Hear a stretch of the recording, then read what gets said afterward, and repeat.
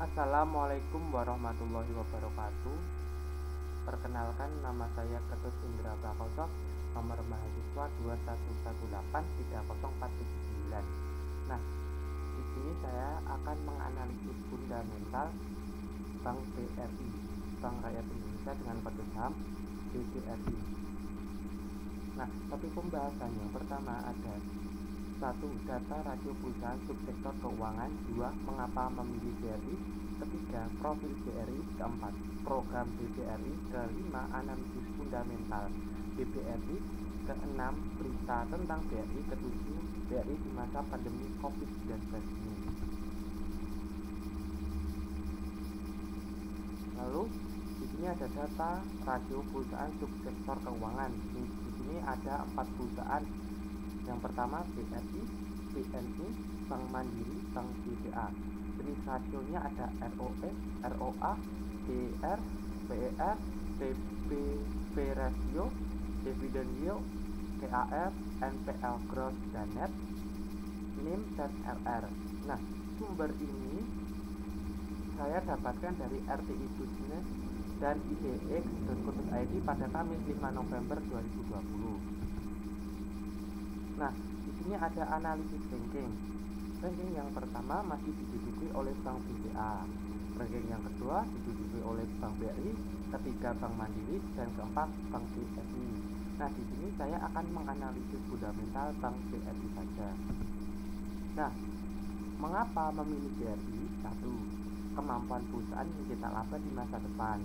Laba perusahaan konsisten naik dalam 10 tahun. 2. Mempunyai track record yang sangat panjang, lebih dari 100 tahun. Pastinya mempunyai banyak pengalaman dalam industri perbankan. Nah, ketiga, tingkat utang. Utang jangka panjang harus lebih kecil dari 2 kali laba bersih dalam kinerja terkini atau minimal tidak lebih dari 5 kali torehan laba bersih. Yang keempat, BRI itu didukung aset yang besar dan kuat, didukung dengan kondisi BRI yang sehat. Nah, BRI juga masuk dalam kategori saham blue chip atau saham 3 linear. Nah, yang kelima ada, menurut saya BRI itu sudah mengudita di pelosok-pelosok desa, banyak ditemui di desa-desa, bank lain belum ada kecuali bank daerah. Nah, di kecamatan itu umumnya bank yang sudah berdiri itu adalah Bank BRI dan bank daerah. Bank seperti Mandiri, Bank BRI dan Bank BCA itu umumnya belum ada di kecamatan-kecamatan. Nah, yang keenam, BRI merupakan bank buku kategori keempat yang mencakup kegiatan bank buku 1, 2, 3.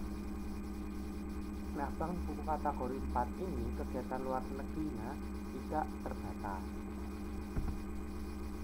Nah, di sini ada profil BRI. BRI itu didirikan di Purwokerto, Jawa Tengah oleh Raden B. Arya Wiratmadja tanggal 16 Desember 1895. Nah, pada Peraturan Pemerintah RI Nomor 1 Tahun 92, status BRI menjadi perseroan terbatas. Kepemilikan BRI masih 100% di tangan pemerintah. Lalu pemerintah memutuskan menjual 30% sahamnya kepada publik, sehingga nama resminya sekarang menjadi PT Bank Rakyat Indonesia (TBK) yang masih digunakan hingga saat ini. Nah, dilihat dari kepemilikannya per tanggal 27 Februari 2019, saham BRI sebanyak 56,751% dimiliki oleh Republik Indonesia dan sisanya dimiliki oleh publik sekitar 43,289%. Nah, sejarah dari tahun ke tahun. Pada periode setelah kemerdekaan RI, berdasarkan Peraturan Pemerintah Nomor 1 Tahun 46 Pasal 1 disebutkan bahwa BRI adalah sebagai bank pemerintah pertama di Republik Indonesia. Nah, pada waktu itu Perpu Nomor 41 Tahun 60 pada waktu diberikan Koperasi Petani dan Nelayan (BKTN) yang merupakan pembuat dari Bank BRI, Bank Tani dan Bank Nelayan Majapahit NHM. Ya, kemudian berdasarkan ketetapan Presiden Nomor 9 Tahun 65, BKTN diintegrasikan Bank Indonesia dengan nama Bank Indonesia Urusan Koperasi dan Tani, Koperasi Tani dan Nelayan. Setelah berjalan selama 1 bulan, keluar Perpres Nomor 17 Tahun 65 tentang pembentukan bank tunggal dengan nama Bank Negara Indonesia dalam ketentuan baru itu, Bank Indonesia urusan koperasi tani dan nelayan diintegrasikan dalam Bank Negara Indonesia Unit 2 bidang rural, sedangkan NHM dari Bank Negara Indonesia Unit 2 di bidang ekspor dan impor. Ini ada foto jajaran direksi dan komisaris. Nah, yang pertama Bapak Sunarto sebagai Direktur Utama, area pendidikannya S1 Sarjana Agronomi IPB, S2-nya Magister Administration Bisnis Universitas Indonesia. Ada dua. Yang kedua Bapak Catur Budiharto sebagai Wakil Direktur Utama. Nah, yang ketiga ada Bapak Kartika Wirasmojo sebagai Komisaris Utama di Bank BRI, dengan pendidikannya S1 di UI, S2 di Rotterdam School of Management, Erasmus University. Yang keempat ada Bapak Ari Kunchoro sebagai Wakil Komisaris Utama atau Independen. Nah, foto-foto ini direksi dan komisaris saya dapatkan di webnya BRI. Nah, di sini ada penghargaan yang diperoleh oleh BRI. Yang pertama, BRI raih penghargaan di ajang IDC Digital Transformation Award tahun 2019. Yang kedua ada Corporate Governance Asia Anugerah BRI, 3 penghargaan prestisius. Yang ketiga ada BRI terima penghargaan terbaik di ajang Top Financial Institution tahun 2018. Nah, di sini ada CSR-nya BRI, ada 7 program BRI peduli. Yang pertama Indonesia Sejahtera untuk masyarakat yang kurang mampu, Indonesia Lestari untuk pelestarian lingkungan. Yang ketiga Indonesia Cerdas, Indonesia Peduli untuk korban bencana alam, Indonesia Membangun, Indonesia Bersapa bantuan untuk membangun sarana tempat ibadah. Yang ketiga ke-7 ada Indonesia Cerdas. Indonesia Cerdas itu bantuan pendidikan. Nah, di sini ada produk dari BBRI. Yang pertama produk simpanan. Nah, produk simpanan itu umumnya teman-teman sudah mengetahui. Yang pertama ada tabungan BRI Tama umumnya. Yang kedua ada Simpedes. Yang ketiga ada Tama bisnisnya. Yang kedua ada produk deposito. Nah, teman-teman, deposito ini merupakan investasi ya, dengan risiko yang minim, tapi pendapatannya minim juga. Setahun itu cuma sekitar 3-5%. Nah, beda dibandingkan dengan saham.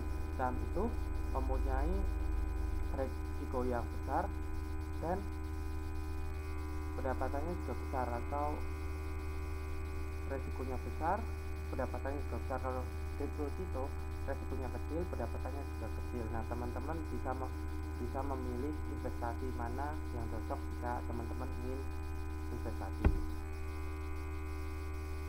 Kedua ada produk giro, ada giro BRI Rupiah, giro BRI Falas. Yang keempat ada produk pinjaman, ada kredit modal kerja, supply chain finance, kredit investasi, kredit angsuran kas, bank garansi. Selanjutnya ada produk layanan BRI seperti jasa bisnis, jasa keuangan, jasa kelembagaan, jasa kustodian, jasa wali amanat. Selanjutnya anak perusahaan BRI. Yang pertama ada Bank Syariah. Nah, Bank Syariah ini dengan kode saham BRIS yang kemarin sahamnya sempat naik tinggi, sekarang menyentuh harga di seribuan, karena kemarin ada berita dari Bapak Erick Thohir memberitakan penggabungan Bank Syariah agar Indonesia menjadi pusat ekonomi syariah. Nah, itu sahamnya, maka dari itu sahamnya kemarin naik tinggi. Nah, terus ada juga Ustadz Yusuf Mansur, pendiri Firetrend, kemarin juga membeli saham BRI Syariah ini lumayan banyak. Maka dari itu para investor juga memburu saham ini. Yang kedua ada BRI Agro, ada BRI Investment, ada BRI Venture, BRI Life, BRI Finance, dan Harita. Nah, selanjutnya teman-teman, ini ada berita tentang BRI yang saya dapatkan dari liputan 6.com. Nah, di sini ada foto kinerja BRI, bukukan laba 34,41 triliun berita ini dipublis pada tanggal 23 Januari 2020. Nah, di sini ada analisis finansial. Di sini ada earning per share. Jika melihat tabel valuation terbaru tanggal ini, saya ambil tanggal 10 bulan 11 2020. Pernya di sini ada 23,51 kali dan BCS-nya ada 2,58 kali, sehingga memang cara valuation agak lebih mahal dibandingkan bank-bank jenis lainnya. Tetapi untuk BRI yang kinerjanya luar biasa ini tentu saja hal yang cocok untuk berinvestasi di saham ini. Lalu bayangkan jika IPS BRI, IPS-nya itu ada di 279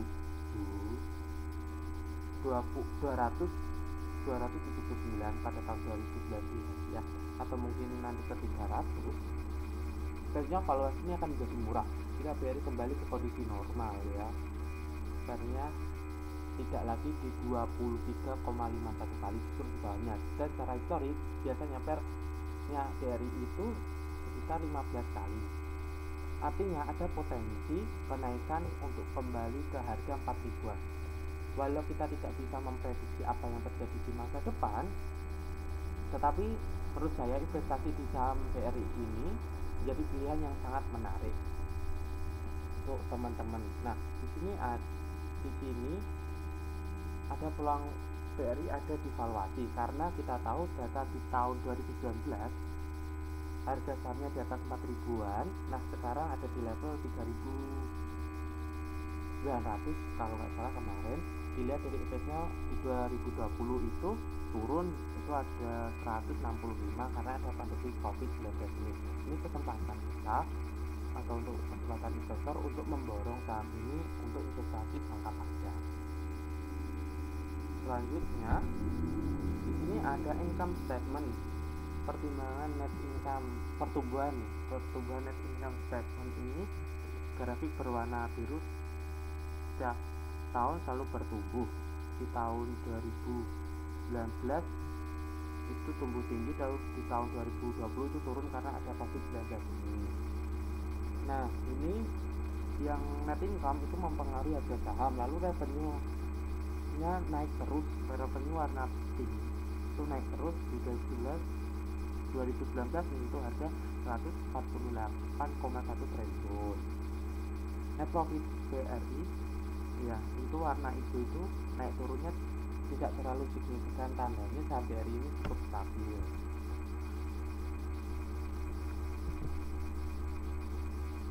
Lalu masih di grafik balance sheet. Untuk warna merah, hutangnya BRI itu tiap tahun terus tumbuh. Karena apa? Karena uang yang disimpan masyarakat di bank oleh bank itu dianggap sebagai hutang. Soalnya itu bukan uang milik bank. Maka dari itu saham perbankan itu jika dilihat dari utangnya itu hutang, maka dilihat dari NPL-nya. Lalu aset yang berwarna biru ini terus bertumbuh setiap tahunnya.